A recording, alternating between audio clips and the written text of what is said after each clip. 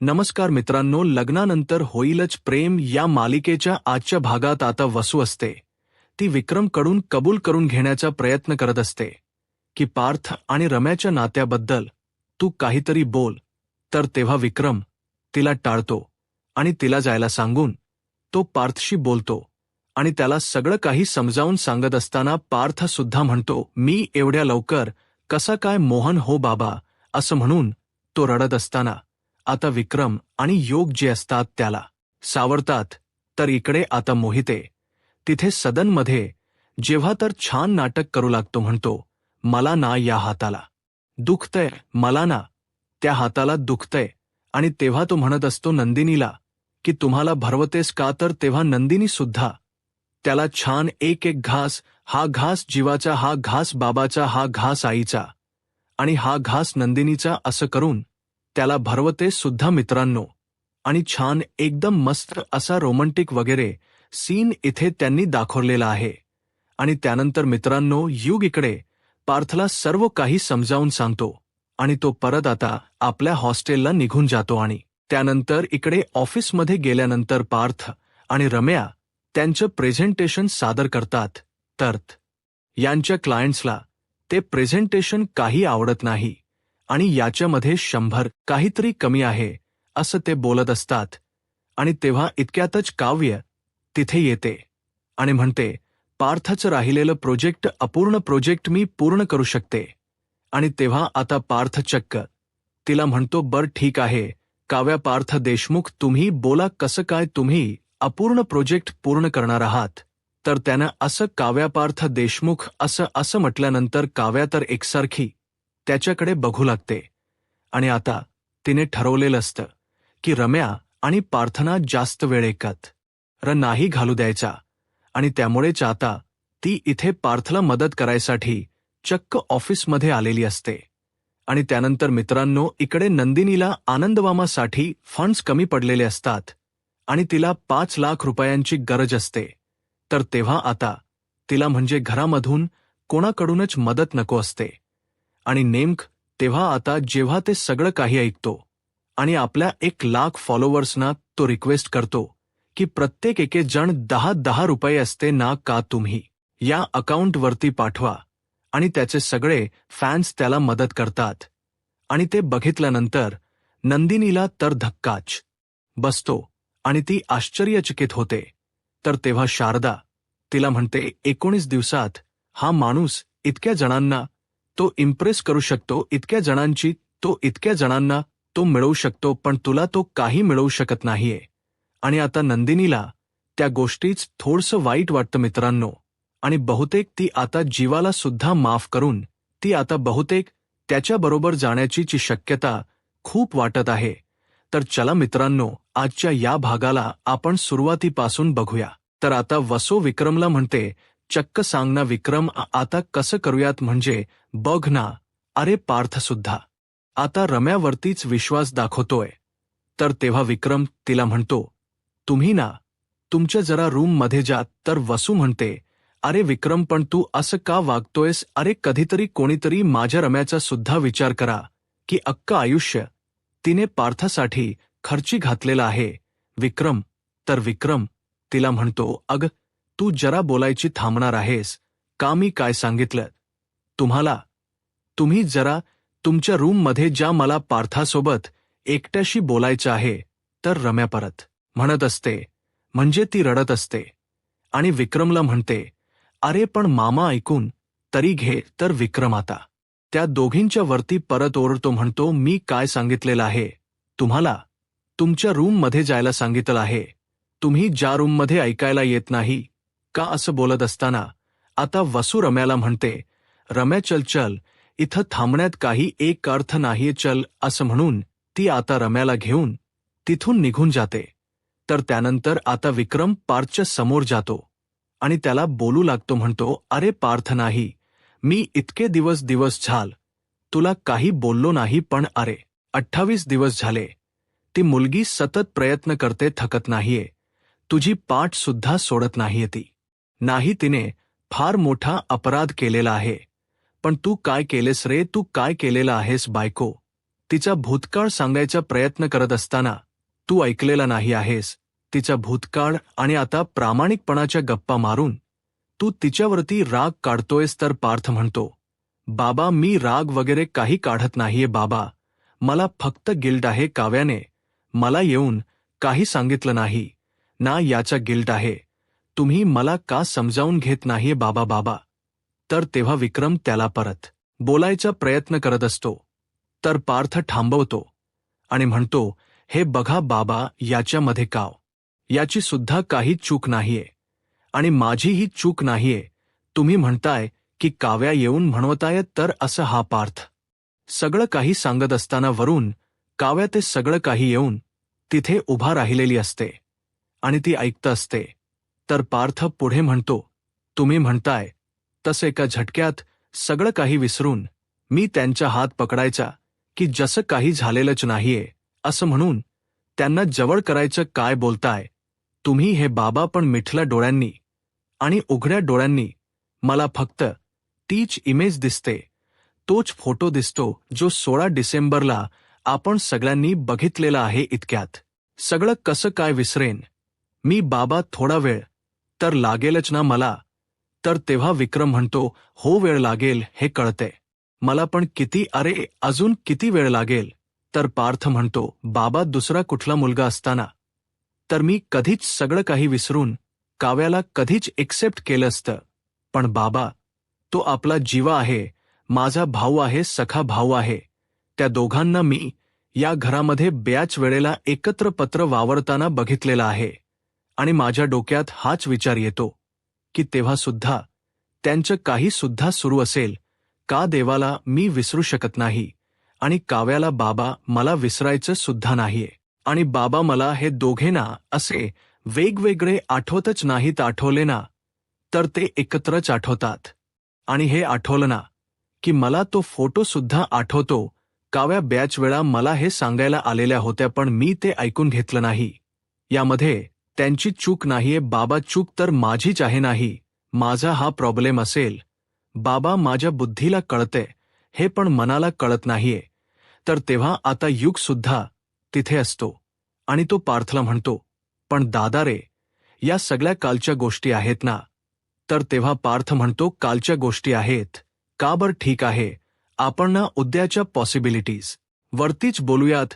आज ना उद्या जीवा या घरामध्ये परत येणार आणि तो इथे घरामध्ये परत आल्यानंतर काव्या इथेच असणार. माझ्या डोक्यात परत चक्र सुरू होणारच. मी इथे हॉलमध्ये असलो आणि ते दोघे किचनमध्ये असले तर माझ्या डोक्यामध्ये परत तोच संशय. असं बोलता बोलता तो थांबतो आणि तेव्हा अचानक परत मित्रांनो त्याला ते 16 डिसेंबरचे सगळेच फोटो त्याच्या डोळ्यासमोरून जाऊ लागतात आणि त्याला परत त्रास होऊ लागतो आणि तो एकदमच थांबून म्हणतो, मला माहिती आहे की त्या दोघांच्या मध्ये काय नाहीये पण माझ्या मनामधलं वादळ शांत होत नाहीये.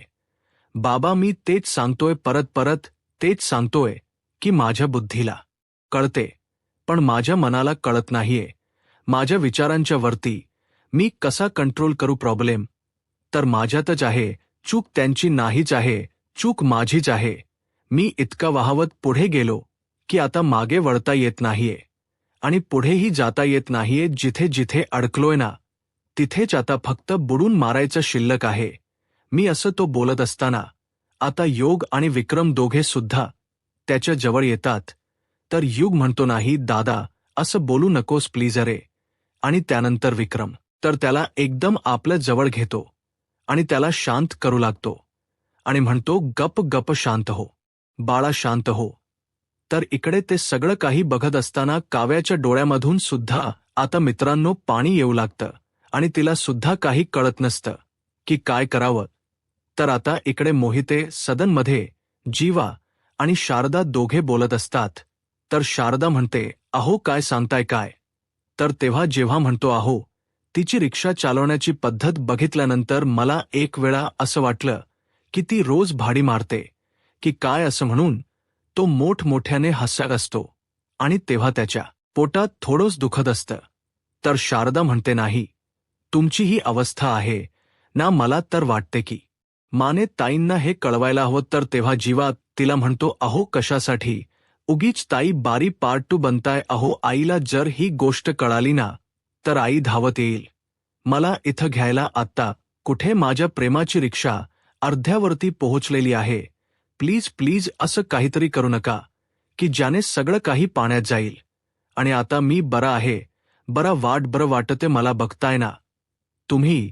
आणि उद्यापर्यंत एकदम ठणठणीत होईल मी तर. तेव्हा शारदा म्हणते बरोबर, ठीक आहे, नाही कळवणार. आणि इतक्यातच आता नंदिनी तिथे येते आणि तिने वरण भात आणलेलं असतं जीवासाठी. तर ते बघितल्यानंतर आता जेवाला पण धक्का बसतो. आणि शारदा तरी विचारते नंदिनीला, अगं नंदिनी, फक्त वरण भात आणलेस तू तर. तेव्हा नंदिनी म्हणते, पण तू पण घातले ना त्याच्यावरती आई. तर शारदा म्हणते, म्हणजे अगं तसं नाही, म्हणजे इतकं साधं जेवण. तर तेव्हा जेव्हा म्हणतो, अहो आई, दिवानदिनीच्या युनिव्हर्समध्ये ना वरणभाताला अनन्य साधारण महत्त्व आहे, हो का नाही, असं तो नंदिनीला तर विचारतो. तर तेव्हा नंदिनी म्हणते, बरे झालात वाटतं आणि तुम्ही अजून उभे का आहात, बसा ना, बसा लवकर, असं तिने ओरडल्यानंतर आता जेव्हा गप कुमान बसतो खाली. हाणतो नाही, मी बसत तर होतोच, ते आईंशी जरा बोलत होतो असं तो बोलत असत. तर तेव्हा आता शारदा थोडीशी आता जीवाच्या प्रेम करतोस या रियालिटीवरून तू पळून जाऊ नकोस, एवढंच माझं म्हणणं आहे, चल बाय, असं म्हणून तो आता त्याला एक मिठी मारतो आणि त्याला म्हणतो, आणि हो मिस मी, असं सांगून तो आता तिथून निघून जाते. तर तेव्हा पार्थ आता युग जो काही बोललेला असतो त्या विचारात जातो. आणि इतक्यातच आता रम्या तिथे येते आणि पार्थला म्हणते, पार्थ निघूयात का, आज ना क्लायंट्स येणार आहेत, असं ती म्हणत असेल. तर तेव्हा पार्थ तिला हो असं म्हणत असतो आणि तो विचारत असतो. आणि तेव्हा रम्या त्याच्याकडे बघून त्याला म्हणते, अरे पार्थ काय झालं, कसल्या विचारत आहेस. तर तेव्हा पार्थ म्हणतो, नाही काही नाही, तू हो पुढे, मी आलोच. तर रम्या म्हणते, अरे नाही, आपण एकत्र जायचं ठरवलेलं होतं ना, निघूयात ना, उशीर होईल. तर पार्थ म्हणतो, अगं नाही, तू गाडीत जाऊन बस, मी आलोच. तर रम्या म्हणते, बरं ठीक आहे, असं म्हणून ती आता तिथून निघून जाते. तर इकडे आता मोहित्यांच्या घरामध्ये नंदिनी चित्रासोबत बोलत असते आनंद निवास मधल्या. आणि ती म्हणत असते, हो चित्रा, माझे फंडसाठी प्रयत्न सुरू आहेत, पण अगं कुठूनच पॉझिटिव्ह रिस्पॉन्स मिळत नाहीये हो. आता प्रयत्न तर करते ना, बघूया, असं ती सर्व काही बोलत असते. तर तेव्हा तिचं बोलणं शारदा ऐकत असते. आणि त्यानंतर नंदिनी थोडीशी बाजूला गेल्यानंतर गुड्डूला ती बोलवते आणि म्हणते, जी हे बघा, हे पोहे घेऊन जावा आणि नंदिनीने केलेले आहेत म्हणून सांगा, आणि अजून हवे असतील ना तर मिस कॉल द्या, मी गुपचूप आणून देईन. असं ती बोलताना आता गुड्डू म्हणतो, थक्यू मालकीण बाई, तुमचं हे प्रेम बघून ना माझा तर दिल एकदम भरून आला. तर शारदा म्हणते, जा आता लवकर जा, तुमच्या मालकीने बघितलं तर वाट लागेल. तर तेव्हा गुड्डू म्हणतो, हो मी जातो असं म्हणतो, पोहे घेऊन तिथून पळत जातो. तर इकडे आता तो गुड्डू आल्यानंतर जेव्हा तर काम करत बसलेला असतो. तर तेव्हा गुड्डू त्याला म्हणतो, अरे जेव्हा भैया येथे काम वगैरे सगळं सोडा आणि हे गरमागरम पोहा खाऊन घ्या. तर जेव्हा त्याला म्हणतो, अरे पोह्यांपेक्षा माझं काम जास्त महत्वाचं आहे. तर तेव्हा गुड्डू म्हणतो, असं आहे का, ठीक आहे, मग हा पोहा मीच खाऊन घेतो. तर तेव्हा जेव्हा त्याला म्हणतो, तूच खाबून घे. तर तेव्हा गुड्डू म्हणतो, नंदिनी भाऊजीने बनवलेला आहे. तर जेव्हा एकदमच फ्लो मध्ये बोलून जातो, तिने बनवलेला असला ना तरी सुद्धा तूच खाबून घे. आणि एकदमच आता मग त्याला लक्षात आल्यानंतर तो म्हणतो, अरे काय, अरे वाईंग्या आण, इकड आण. तर तेव्हा गुड्डू त्याला म्हणतो, काहे तुमच्या तर जरुरी काम आहे ना. तर जेव्हा म्हणतो, अरे माझ्या बायकोच्या हातच्या पोह्यापेक्षा काहीही दुसरं महत्वाचं नाहीये, अरे वेडा आहेस का तू. आणि त्यानंतर आता तो पोहे हातात मध्ये घेतो आणि त्याचा वास घेऊन म्हणतो, हा क्या बात, हाई क्या बात, हाई क्या बात, हाई कमाल. तर गुड्डू म्हणतो, अरे जीवा भैया हम भी खाते हाई. तर तेव्हा जीवा एक घास खातो आणि म्हणतो, अरे नंदिनी मीठ घालायला विसरली की काय. तर इकडे आता पार्थ आणि रम या जे असतात ते ऑफिसमध्ये पोहोचलेले असतात. तर तेव्हा आता रम्या प्रेझेंटेशन देऊ लागते. म्हणते, आपल्या नवीन प्रोजेक्टच नाव असेल सिक्सर. आणि ती म्हणते, सिक्सर हे नाव देण्यामागचं मेन मोटिव्ह हे आहे की आपल्या प्रोजेक्टमध्ये 6 कॅची गोष्टी असतील. फर्स्ट आपल्या घरामध्ये असेल शांत आणि सुंदर देवघर, आणि सेकंड असेल swimming pool along with party area, आणि third play area for kids, fourth mini theatre असेल, फिफ्थ असेल ओपन टेरेस कॅफे, आणि 6 वर्क फ्रॉम होमसाठी वर्क रूम. या सगळ्या 6 ज्या गोष्टी आहेत ना, त्या आपल्या कस्टमर्सला घर विकत घ्यायला भाग पाडतील. This is all about project 6. Sir, असं ते बोलत असताना पार्थ आता म्हणजे ते सगळं काही ऐकत असतो आणि तो सुद्धा एक्साइट असतो. आणि तो म्हणतो सगळं काही रम्याने सांगून झाल्यानंतर म्हणतो, कसा वाटला आपला प्रोजेक्ट सिक्सर? तर तेव्हा त्यांच्यामधला एक जण म्हणतो, पार्थ नथिंग न्यू. तुम्ही जे आता काही ऑफर केलेलं आहे ना, ते आत्ताच्या सगळ्याच प्रोजेक्टमध्ये आहे आणि याच्यामध्ये वेगळे पण असंच ते काय आहे?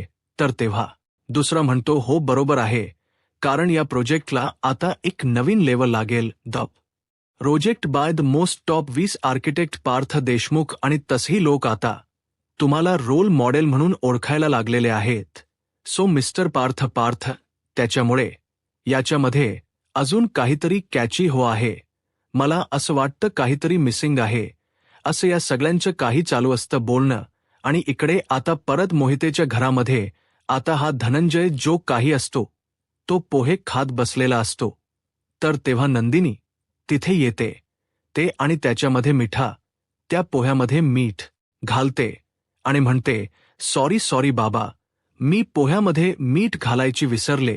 तर तेव्हा धनंजय तिच्याकडे बघत असतो आणि तिला थोडसं नंदिनी हरवून गेल्यानंतर म्हणजे तिच्या मनाची काहीतरी वेगळी चलविचल चालू असते.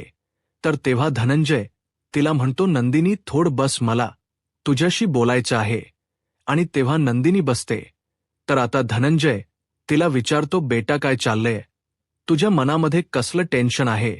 तर तेव्हा नंदिनी म्हणते, नाही बाबा, काही सुद्धा नाही. तर धनंजय म्हणतो, नाही कसं, मला तुझ्या चेहऱ्यावरती दिसते ना. तर तेव्हा नंदिनी म्हणते, काय नाही बाबा, आनंद निवासचे सगळे फंड संपलेले आहेत.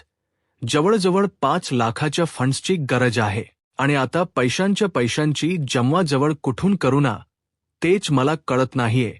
फंडिंग्स वाचून सगळी कामं अडून राहतात ना, आणि आजच्या जर पैसे जमा झाले नाहीत ना, तर मला माझे एफडीज तोडावे लागतील. तर तेव्हा धनंजय म्हणतो, काही एक गरज नाहीये, मी चेक देतो तुला. तर तेव्हा नंदिनी म्हणते, नाही बाबा नको, मी करेन मॅरेज. तर तेव्हा शारदा तिथे आलेली असते आणि म्हणते, नंदिनी अगं नको काळजी करूस, पैसे जमतील, आणि जर नाही जमले तर जीवांना सांग ना, ते करतील काहीतरी आणि ते जमतील पैसे. तर धनंजय आता चिडतो. त्याचं नाव ऐकल्यानंतर म्हणतो, त्यात तोंड्याकडून काही एक पैसा घ्यायचा नाहीये, आणि नंदिनी तुला काही पैसे लागले तर मी देईन, पण त्याच्याकडून घ्यायचे नाहीत. तर नंदिनी म्हणते, मला आपल्या घरातल्या व्यक्तींच्याकडून किंवा आपल्या कुठल्याही माणसांच्याकडून मला मदत नकोय बाबा, आय एम सॉरी, पण प्लीज असं म्हणून त्याला थांबवते. तर आता धनंजय शारदाला म्हणतो, तू जरा माझ्यासाठी चहा घेऊन ये बरं, असं म्हणून तो तिला तिथून पाठवून देतो. तर आता मित्रांनो, ते सगळं काही जिव्हा आडोशाला उभा राहून ते ऐकतो आणि तो आता मनातल्या मनात म्हणतो, तुला तुझ्या माणसांच्याकडून फंड्स नको आहेत ना नंदिनी, आता बघ तू फंड्स कुठून येतात ते. आणि मित्रांनो, तो आता त्याच्या फॅन्सला वगैरे सांगेल असं आपल्याला इथे वाटत आहे. म्हणजे असा एक अंदाज आहे आणि त्यांच्याकडूनच तो फंड्स आता गोळा करून तो नंदिनीला देईल. आणि मित्रांनो, आजचा भाग इथेच संपतो आणि पुढील भागामध्ये आपण पाहणार आहोत, इकडे आता ऑफिसमध्ये ते जे काही क्लायंट्स असतात ते आता पार्थला म्हणतात, हा प्रोजेक्ट आम्हाला अपूर्ण वाटतोय. तर इतक्यातच आता काव्यात येता येते आणि मी पूर्ण करू शकते हा अपूर्ण प्रोजेक्ट, आणि पार्थ देशमुखांचे अपूर्ण आयुष्य मी पूर्ण करू शकते. तर तेव्हा रम्या लगेच रागारागाने उठते आणि तिला थांबवत असते. तर पार्थ आता रम्याला थांबवतो आणि काव्याला म्हणतो, सांगा अपूर्ण राहिलेलं कसं पूर्ण कराल काव्या पार्थ देशमुख, आणि असं त्याने म्हटल्यानंतर काव्या तर त्याच्याकडे बघून हसा असते. तर इतक्यातच आता जीवा इकडे, म्हणजे आपलं मघाशी आपण बोललो होतो तो तसंच आता जेव्हा इकडे ब्लॉगमध्ये बोलू लागतो. तो म्हणतो माझे 1,00,000 फॉलोअर्स आहेत आणि तुम्ही खालील दिलेल्या नंबरवरती प्रत्येकी 1010 रुपये तुम्ही डोनेट करा. आणि तेव्हा आता नंदिनी तो व्हिडिओ बघत असताना शारदा सुद्धा तिथे असते आणि ती आता नंदिनीला म्हणू लागते, ही त्यांची 19 दिवसांची मेहनत आहे. कोणी अनोळखी, म्हणजे 19 दिवसांच्या मध्ये कोणी अनोळखी 50,000 लोकांचा विश्वास जिंकू शकतो, पण त्याला तुला जिंकता येत नाहीये असं ते सर्व काही बोलत असते. तर तेव्हा आता नंदिनीला सुद्धा त्या गोष्टीच वाईट वाटू लागतं. तर आता पुढे काय होईल हे पाहायला आत्ताच माझा महाराष्ट्र या यूट्यूब चॅनलला सबस्क्राईब करा. धन्यवाद.